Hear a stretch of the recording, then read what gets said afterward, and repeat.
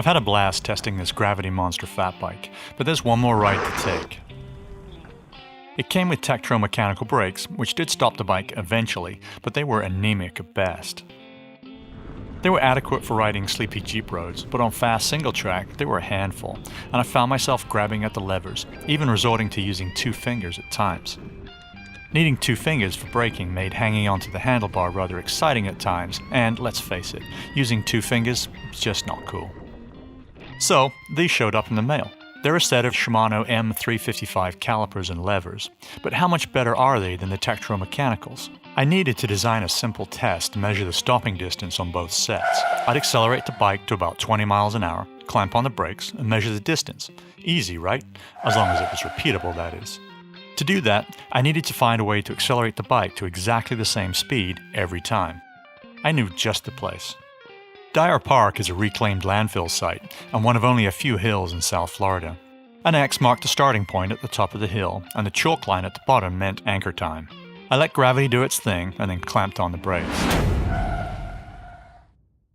The first run set the bar pretty low. I noticed though that 2 fingers weren't actually necessary to get the most out of the brakes, but the pull force on the levers was huge.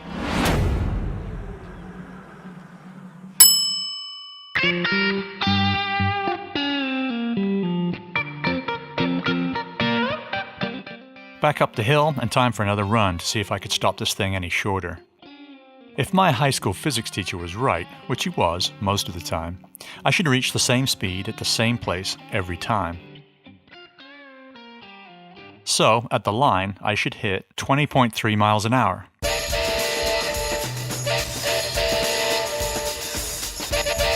Which I did.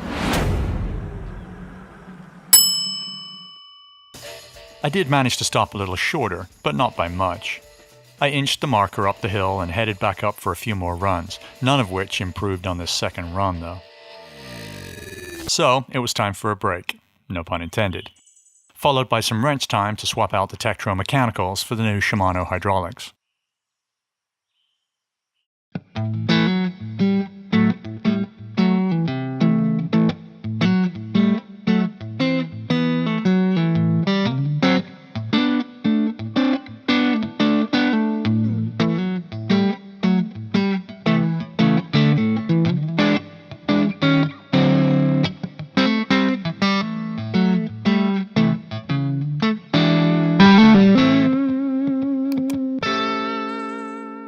Swapping out the brakes was surprisingly easy, and only took about 15 minutes. It actually took longer to readjust the shifters and levers on the handlebar. Piece of cake. Once again, I set off up the hill to test the Shimano hydraulics. I was reassured to find that gravity seemed to be unaffected by my nap. I was also reassured that the brakes still worked. The reduction in braking pressure on the levers was immediately obvious, but there were 2 burning questions. Had the bike stopped any shorter, and could I squeeze even more out of the tires? But locking the tires would mean blowing past the mark. I headed back up the hill in search of this limit, which I found and exceeded again and again. And again. And again. But eventually, after a few trips down the hill, I figured it out.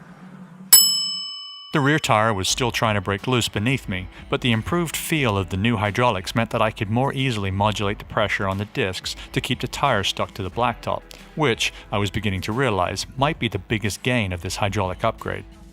But how much shorter did the hydraulics stop this bike?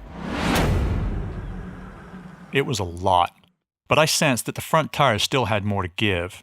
Testing that hunch was risky, because locking the front tire could introduce my face to the asphalt, but I was willing to risk it, for science.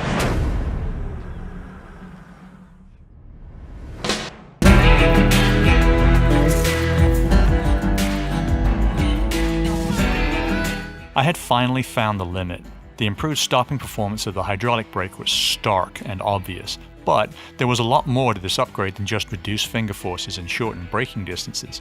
Using the stock Tektro mechanical brakes, I consumed 5 bike lengths trying to stop 238 pounds of bike and rider from 20 miles an hour on this 10% incline.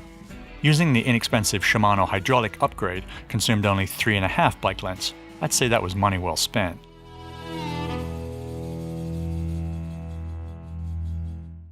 If you like going fast, and who doesn't, you should know that one of the secrets to maintaining good speed is good braking technique and good brakes. The hydraulic upgrade made a huge difference to this heavy bike. If you own a mountain bike with mechanical brakes, do yourself a favor, upgrade.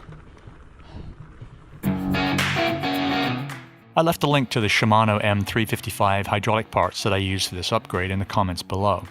Mine are a right-handed rear brake set. You can also order left-handed rears too. Alternatively, you can swap the hydraulic lines yourself if you had to. If you liked this video, give me a thumbs up and click the logo to subscribe. As always, I hope you had a great ride. Let's do it again sometime.